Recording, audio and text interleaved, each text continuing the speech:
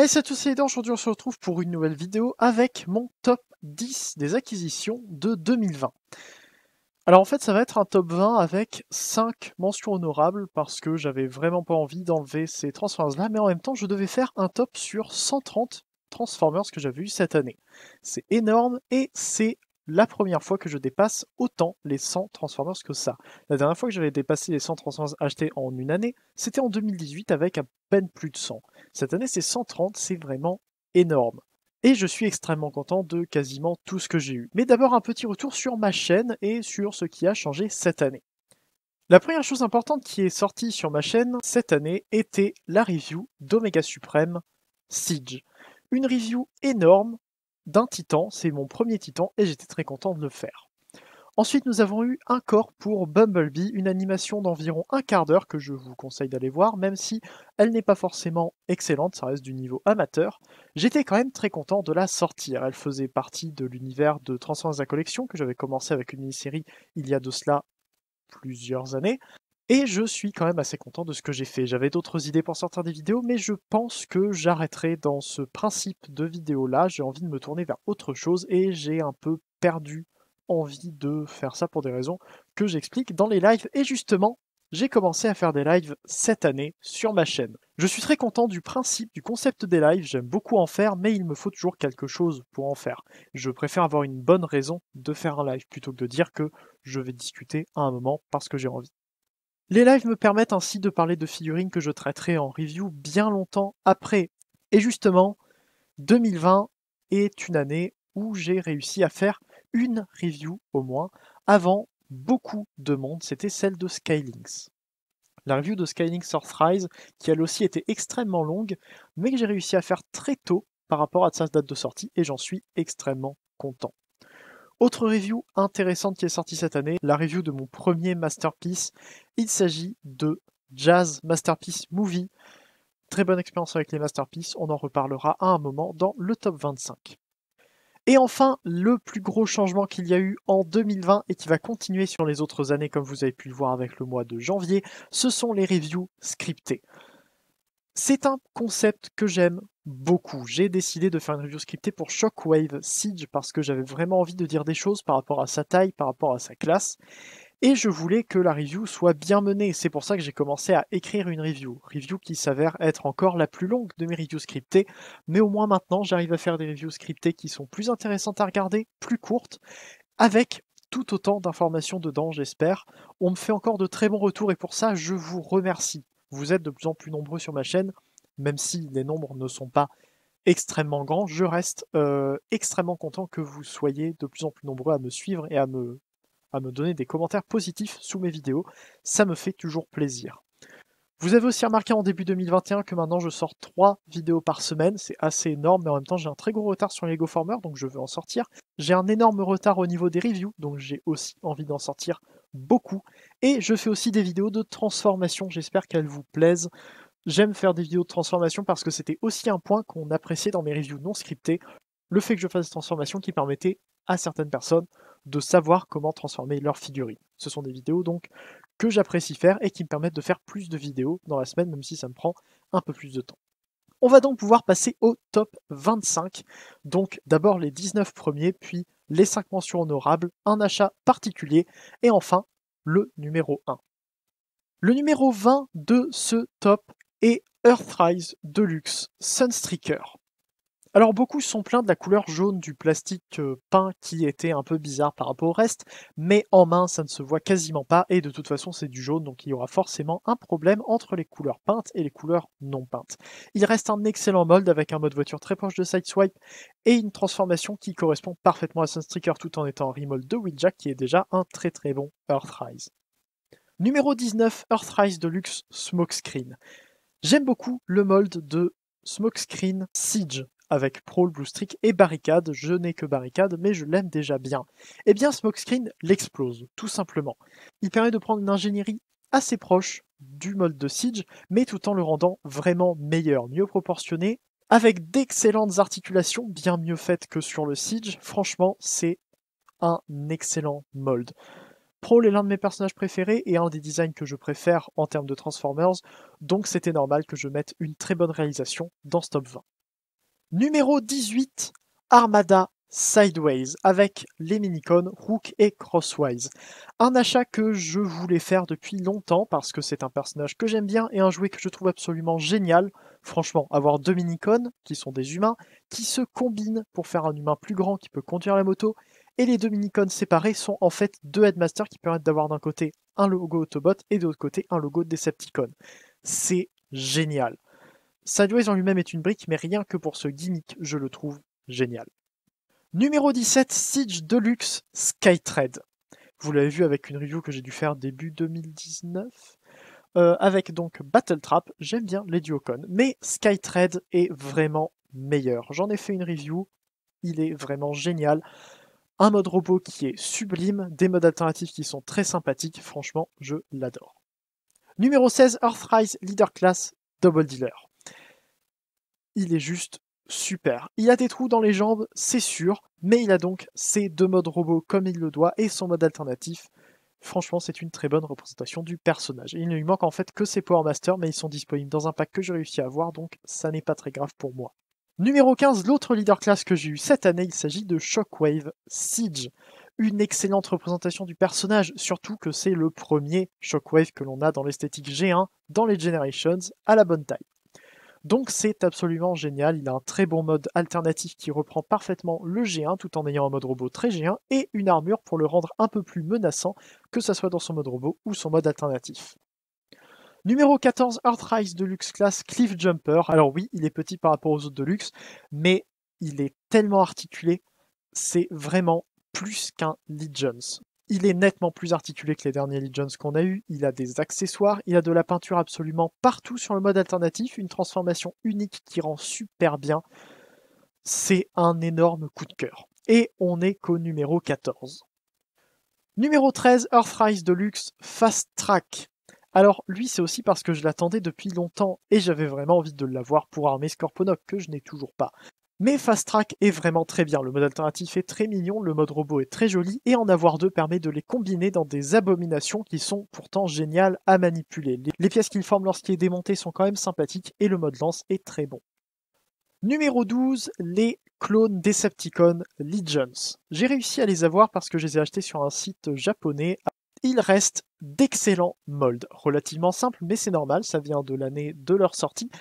Mais ils reprennent très bien les clones avec des modes alternatifs très sympathiques et des modes robots vraiment très bons. Je les aime beaucoup, ils sont très très jolis. Numéro 11, Animated Deluxe Class Blur. J'ai réussi à le trouver dans un lot sur le Bon Coin pour 10 € avec Lockdown Animated, Blazing Lockdown, qui est lui aussi génial, et Blur est en excellent état. À part 2 ou 3 marques qu'il a sur la vitre, il est parfait, ce qui est génial parce que c'est un des meilleurs modes d'Animated. Il a un mode alternatif très plat, mais en même temps qui reprend parfaitement une voiture fermée, et un mode robot extrêmement fin et très très grand. Il donne vraiment une impression de vitesse rien qu'en regardant son mode robot. C'est un des meilleurs Animated, et l'avoir dans cet état, je suis comblé. On arrive dans le top 10 avec le Studio Series 38 Voyager Class Optimus Prime. J'ai mis longtemps avant de le trouver, mais il est enfin là et je suis vraiment heureux. Le mode alternatif est superbe, le mode robot est magnifique, la transformation est tellement ingénieuse, mais au final relativement simple et très proche de la transformation G1. Mais c'est une excellente représentation du personnage dans un design que j'aime vraiment beaucoup. Numéro 9, Masterpiece MP10G Optimus Prime Ecto 35 collaborative. C'est un nom extrêmement long pour un énième repaint du MP10. Mais je n'avais pas encore de MP10 et honnêtement, une promotion à Micromania pour 80 € le MP10, surtout qu'il était exclusif à la SDCC 2019, c'est juste donné. Il est génial, les peintures sont superbes, c'est vraiment du niveau Masterpiece mais avec des couleurs assez uniques.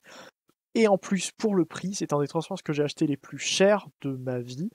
Et je trouve qu'il le vaut largement. Je le trouve absolument magnifique et j'adore le transformer. C'est enfin un exemplaire de ce mold mythique que j'ai dans ma collection. Numéro 8, Omega Supreme Siege, classe Titan.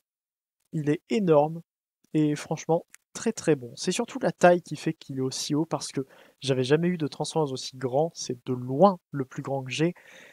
Et il est juste très beau. Il est très bien articulé, surtout pour sa taille.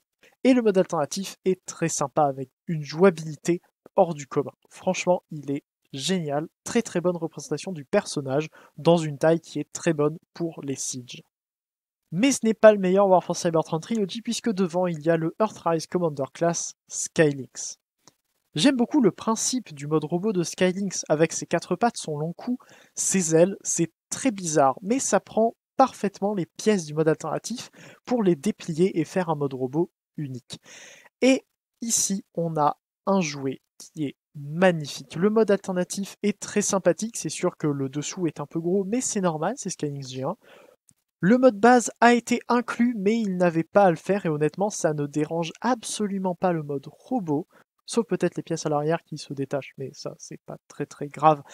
Ça reste un mode base qu'ils auraient pu ne pas faire, et ils l'ont fait, et ça ne dérange pas le robot. Et le mode robot en lui-même, que ce soit le mode démonté ou le mode unique, est très réussi, très bien articulé, très proche de Skylynx G1, franchement, il est excellent. Si vous pouvez le prendre, achetez-le. Numéro 6, beaucoup plus petit, RTS Legends Megatron. Alors oui, ça peut paraître bizarre que je mette un Transformers aussi vieux et aussi petit, mais je le voulais depuis tellement longtemps. Ça fait quasiment 10 ans que je le voulais. Je l'attendais depuis très longtemps. Je voulais un Megatron qui se transformait en pistolet depuis que je connaissais le mode alternatif de Megatron G1. J'adore le principe, et avoir un pistolet réaliste qui se transforme en un robot que j'aime beaucoup, je trouve ça génial. C'est pas pour rien que j'ai fait beaucoup de Megatron style géant en Lego. Et avec le RTS, j'étais sûr d'avoir un petit Megatron qui se transforme en pistolet qui ne pose pas spécialement de problème, qui ne soit pas trop cher et qui me permette d'avoir un bon Megatron, même s'il est quasiment à l'échelle avec personne d'autre dans ma collection. Il reste très sympathique et j'ai vraiment envie d'essayer de faire des animations de transformation d'un Megatron Siege par exemple vers un pistolet. Numéro 5, ce qui fait que je ne parle pas d'acquisition Transformers, mais d'acquisition au sens large, j'ai eu cette année mon premier Gundam. Cadeau de Noël de mon frère que je remercie encore beaucoup. Un re-upgrade, donc quelque chose qui est quand même assez compliqué à monter. Hein. Il a beaucoup de pièces, j'y ai passé au moins 5 heures pour le monter. C'était très long, mais ça valait le coup. Il est plein d'accessoires, il est magnifique, les détails sont tous là. Je n'ai mis aucun autocollant, mais chacune des couleurs est en réalité une pièce qui est spécifiquement faite de cette couleur-là. C'est absolument génial. Le niveau de détail là-dedans est fou. Et en plus, les articulations sont là. On peut faire avec des poses absolument fantastiques. Sérieusement, ça me donne envie d'avoir plus de Gundam. Numéro 4, un Transformers que j'attendais aussi depuis très longtemps, mais pas de la même manière que Megatron Legends. Il s'agit ici de Gigawatt collaborative. Je dis Gigawatt et pas Gigawatt. Je fais ce que je veux, c'est ma chaîne. Une exclusivité qui reprend Transformers et Retour vers le futur. Un énorme remold de Sideswipe Siege qui devient une DeLorean. La DeLorean est la voiture de film que je préfère. Retour vers le futur est la trilogie de films que je préfère.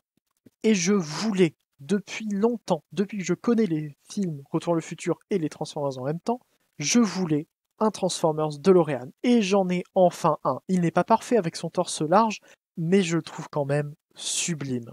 Génial. Je ne pensais pas en avoir un jour. Et quand il a été annoncé, je ne pouvais pas faire autrement qu'essayer de l'avoir. Donc heureusement qu'il est sorti à la FNAC. On arrive sur le podium avec en numéro 3 les Paradron Midix de Galactic Odyssey. Collection Earthrise mais un peu bizarre. Ratchet et Lifeline. Ratchet est l'un de mes personnages préférés avec Brawl, Tigatron, Brawn et Nightbeat. Et je voulais un Ratchet dans ma collection depuis tellement longtemps. Je suis donc extrêmement content d'en avoir un. Et en plus, Lifeline est un mold que j'aime bien, avec des couleurs que je trouve très douces et très agréables à regarder. Donc je trouve que c'est un excellent set, malgré le prix d'import qui était quasiment le prix du pack. C'est extrêmement cher, mais au moins j'ai un Ratchet et j'en suis très content. Il n'est pas parfait, mais la review arrive. Avant de passer aux deux premiers, plutôt que de faire les mentions honorables avant le premier, je vais faire avant les deux premiers. On va passer aux mentions honorables dès maintenant. Earthrise Deluxe Trailbreaker. Hoist est un très bon mold, mais Trailbreaker arrive à le rendre quasiment mieux. Siege Deluxe Red Alert, j'aime beaucoup les couleurs de Red Alert de base et j'adore le mode de Sideswipe Siege, donc je ne pouvais que le mettre ici. Masterpiece Movie Series MPM 9 Jazz. Pourquoi en numéro 23? Parce que au final je l'ai pris plus sur un coup de tête et parce qu'il était pas cher que parce que je le voulais vraiment. Cyberverse Deluxe RC, un shell forming qui honnêtement passe très très bien, un mode robot très très solide et avec des talons qui permettent de tenir tout le backpack, un mode alternatif particulièrement mignon et un mode robot très élégant. Cyberverse Deluxe Megatron, le premier Cyberverse Deluxe que j'ai eu, et un design que j'aime vraiment beaucoup pour Megatron, un mode tank qui est très plat mais un mode robot qui est très fin, tout en donnant une impression de force et de puissance que j'aime vraiment beaucoup. J'adore les Cyberverse Deluxe et Megatron est l'un de mes préférés, avec Arcee. Et pour l'achat spécial de l'année, Revenge of the Fallen Deluxe Bumblebee. Il ne fait pas partie de mon top 25, c'est juste que c'est enfin le corps que je cherchais pour Bumblebee. L'histoire de Un corps pour Bumblebee n'est pas venue de n'importe où, c'est parce que j'avais trouvé à une brocante un bras et une tête de Bumblebee Revenge of the Fallen Deluxe, et je n'arrivais pas à trouver un corps. J'ai donc imaginé une histoire à transformer dans la collection où les jouets chercheraient un corps pour Bumblebee, et donc j'ai commencé à faire cette histoire-là et j'en suis arrivé à la vidéo dont je parlais au début. Eh bien, j'ai enfin réussi à trouver un corps.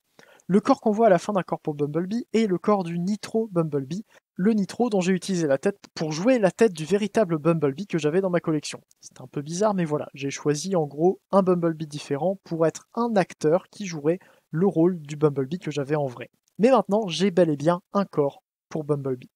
Et maintenant, le numéro 2 de ce top 25. RID 2001, Rail Racer. Je l'ai trouvé sur le Bon Coin, dans un lot à 10 €.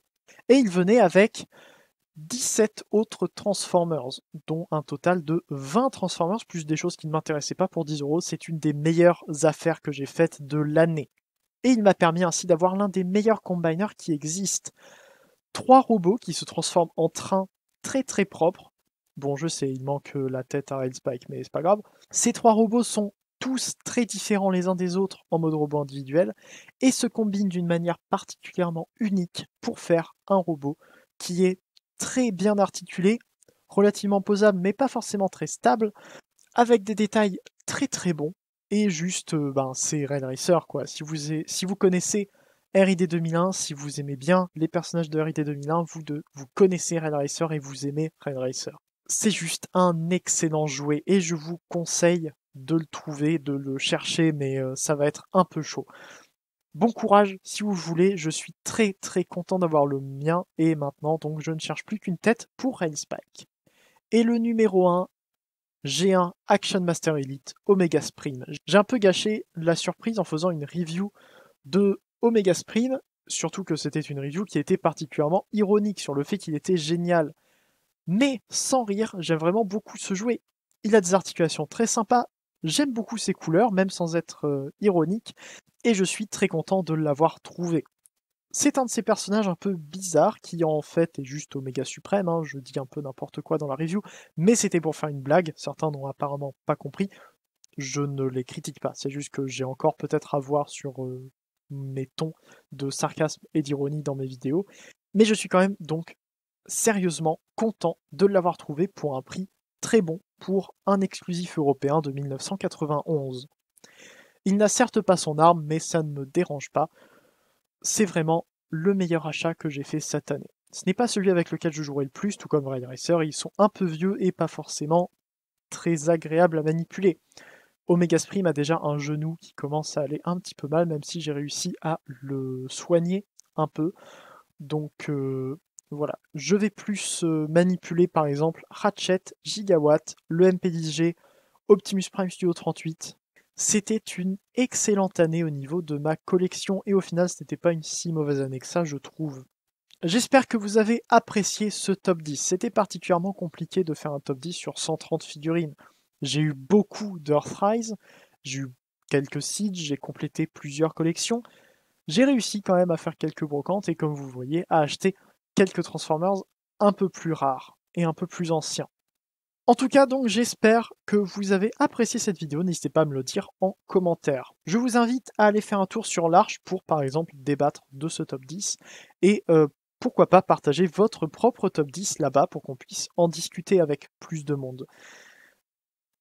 N'hésitez pas à aller faire un tour sur les chaînes des Visas Transformers qui se trouvent juste après ou juste en dessous en description, ainsi que sur le forum transformers.com pour toutes les nouveautés officielles ou non qui sont également présentes et partagées sur l'Arche. On se retrouve bientôt pour une prochaine vidéo, c'était Leader, fin de un jour, fin de et salut.